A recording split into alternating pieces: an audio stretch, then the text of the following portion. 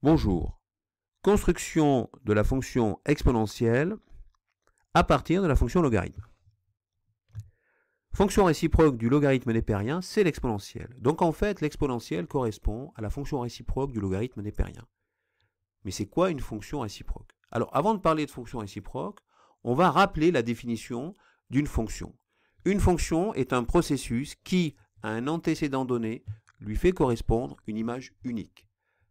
Par contre, une image peut avoir plusieurs antécédents. Alors, il existe une fonction assez connue, par exemple ici, la fonction carré. On voit bien qu'ici, à chaque antécédent correspond donc une image unique. Je pars de A et j'arrive à A carré. D'accord? Donc j'ai une image unique. Par contre, cette image peut avoir plusieurs antécédents. C'est-à-dire, ici, l'image, elle a deux antécédents. OK? Or, on voit bien que ça, c'est une fonction. Mais la contrainte principale de la fonction, c'est qu'il faut qu'il y ait une image unique.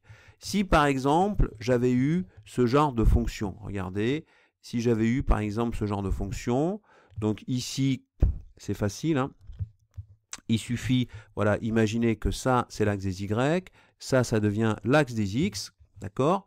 Donc, on voit bien qu'ici, pour un antécédent donné, je vais avoir ici une image et je vais avoir ici une autre image. Donc ça, ce n'est pas une fonction. Ça, ce n'est pas une fonction. D'accord? Une fonction, je le répète, est un processus qui, à un antécédent donné, lui fait correspondre une image unique. Alors, la fonction réciproque, c'est quoi? C'est le processus réciproque, c'est le processus inverse. Ça veut dire que je pars de Y et je reviens sur X. Ça veut dire aussi que pour un Y donné, je vais avoir un X unique. Parce qu'on parle avant tout, avant d'être réciproque, c'est surtout une fonction. On parle de fonction réciproque, mais avant d'être réciproque, je le répète, c'est avant tout une fonction. Ce qui veut dire que la contrainte principale que doit avoir une fonction réciproque, c'est que pour un Y donné, elle fait correspondre à un X unique. D'accord? Or, on voit bien que ça ne va pas être le cas pour toutes les fonctions. Alors, on va vérifier dans le cas de la fonction logarithme. Alors, la fonction logarithme, bon, au départ, c'est bien une fonction. Hein, le logarithme, c'est une fonction qui est strictement croissante. On voit bien que pour un x donné, correspond à un y unique. D'accord? On va voir maintenant dans l'autre sens. Est-ce qu'il peut y avoir une fonction réciproque pour une fonction logarithme? Eh bien, on va vérifier. On voit bien qu'effectivement, pour n'importe quel y, si je pars de y, à chaque fois, je vais obtenir ici, alors celui-là, on peut l'appeler par exemple y1, je vais obtenir un x1 unique. Donc quel que soit le y que l'on va choisir, car la fonction exponentielle elle est strictement croissante, à chaque y, je vais pouvoir lui faire correspondre un x unique. Ce qui veut dire que techniquement, on peut définir une fonction réciproque d'une fonction logarithme népérien. Alors cette fonction réciproque, on va l'appeler fonction exponentielle. Alors maintenant qu'on a dit ça, on aimerait savoir à quoi elle peut ressembler finalement cette fonction exponentielle. Alors, cette fonction réciproque, elle a une caractéristique, c'est que pour les fonctions réciproques, si vous voulez, le y, en fait, c'est l'antécédent et le x, c'est l'image. Hein. Je répète, pour les fonctions réciproques, le y, c'est l'antécédent et le x, c'est l'image. Donc, nous, ce qu'on aimerait, c'est avoir une représentation graphique où les antécédents, c'est en général cet axe-là. Ce n'est pas l'axe ici des ordonnées. Donc, on va pouvoir voir à quoi ressemble cette fonction. C'est facile, regardez. Il suffit que j'effectue une rotation et voilà. Le y va devenir donc l'antécédent et le x va devenir l'image. Le seul problème technique que j'ai, c'est qu'ici, je vais avoir un axe orienté comme ça, de droite vers la gauche. Pour l'axe des ordonnées, c'est bon, pas de problème. Mais alors pour l'axe des abscisses, je suis embêté. Parce qu'en général, quand on dessine des courbes, on a des axes qui sont, pour les abscisses, orientés de la gauche vers la droite. Bon, ben, il suffit de faire une petite symétrie axiale et vous allez voir, regardez, ça y est, voilà, je vois à quoi ressemble ma fonction exponentielle. Alors ici, donc j'ai la bonne orientation pour les axes.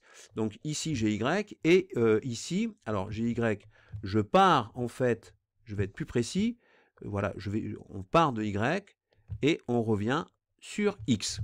Alors comment on représente finalement la fonction, cette fonction qui est la fonction exponentielle, qui est la fonction réciproque du logarithme népérien, on la représente graphiquement, qu'on est parti du y pour venir sur x, on peut comme on va l'exprimer, cette fonction, en fait, cette fonction exponentielle, on va l'écrire comme ça. On va dire y égale exponentielle de x, c'est-à-dire l'élément dont on part, on va l'appeler x. Donc on peut très facilement, ça c'est juste une histoire de nom, de dire que ici maintenant ça va devenir x, et maintenant ça va devenir y. D'accord? Donc on va voir maintenant comment techniquement je peux construire point par point, à partir de la fonction logarithme népérien, comment je peux construire point par point la fonction exponentielle. Alors, j'ai ici ma fonction logarithme népérien qui est représentée.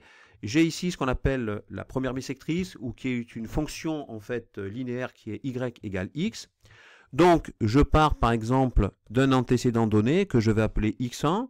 Je vais déterminer son image à travers la fonction logarithme, ici, voilà.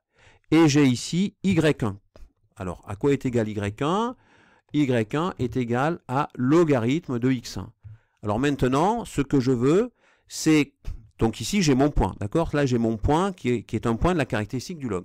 Maintenant, je veux trouver, si vous voulez, le point qui va correspondre, cette fois, à la caractéristique de l'exponentielle. Donc pour le trouver, il va falloir que le y1, ça devienne l'antécédent, et le x1, ça devienne l'image. Donc je vais me servir de la première bisectrice pour que ça arrive. Regardez, je pars ici donc de y1, comme ici j'ai y, et puis que la distance ici, puisque c'est y égale x, je vais revenir ici, voilà, et je vais bien avoir, quand je reviens ici, je vais bien avoir ici donc y1. Donc la première bisectrice m'a permis de transférer le y1 qui était ici, de le mettre sur l'axe ici, pour que ça devienne finalement un antécédent. Alors de la même façon, x1 va devenir cette fois l'image. Donc qu'est-ce que je vais faire? Je vais m'aider ici donc de la première bisectrice, je pars voilà, de x1, voilà, ici, et j'arrive à le dessiner sur mon axe des ordonnées, donc le x1 va devenir l'image. Et donc, qu'est-ce que j'obtiens au final? Regardez, j'obtiens mon point de la caractéristique de la réciproque, de la fonction réciproque, qui est ici. Vous voyez? Alors, on peut considérer que ces deux points, en tout cas visuellement, bon, on ne le démontre pas, mais on peut faire la conjecture que ce point, c'est le symétrique de ce point par rapport à l'axe suivant, par rapport à la première bisectrice. Hein, puisqu'on a vraiment l'impression qu'il y a ici, dans un premier temps, alors attendez, ici, voilà, on a vraiment l'impression que ça, voilà, c'est perpendiculaire, que ce segment donc est perpendiculaire à y égale x, à cette droite-là, et on a l'impression aussi que ces distances sont identiques, hein, d'accord? Donc on a vraiment l'impression, mais c'est le cas, hein, mais on ne le démontre pas, que ce point est le symétrique de ce point par rapport à cette droite-là. D'accord? On va maintenant construire un autre point. Hein. Alors on va construire un autre point, on va l'appeler cette fois donc x2. Alors pareil, je vais déterminer l'image de x2 donc à travers la fonction log, ici. Donc là, à travers la fonction log. Donc j'ai ici l'image. Ensuite, je vais déplacer donc ça va correspondre en fait à ce qu'on appelle y2. Donc le y2, je vais le mettre sur l'axe des abscisses. Donc pour cela, je pars de ici, grâce à la première bisectrice, et j'arrive ici. Donc là, j'ai mon y2. Ensuite, je vais partir, le x2, je vais le mettre sur l'axe des ordonnées. Donc je pars d'ici, voilà, et je le mets donc ici. Donc là, j'ai mon x2, d'accord? Et si je prolonge le y2 qui est là, si je le prolonge, voilà, je vais obtenir ici, encore une fois, un autre point de la caractéristique de la réciproque. D'accord? Alors, on voit bien que ça peut, en fait, ça a tendance finalement, cette courbe, elle ressemble finalement à ça. Bon, on pourrait faire d'autres points, hein, je vous laisserai faire les autres points, mais votre courbe, finalement, elle va ressembler à ça. C'est-à-dire qu'on va bien se retrouver par rapport à cette courbe-là hein, qu'on avait trouvée, et on se rend compte en plus que cette réciproque, qui est la fonction exponentielle, elle est symétrique hein, par rapport à cette droite-là. Elle va être symétrique par rapport à cette droite-là. Eh bien voilà, j'espère que cette vidéo vous a plu, qu'elle vous a permis de comprendre comment on a construit la fonction exponentielle à partir du logarithme. Et je vous dis à bientôt sur le site Skol Mathématiques.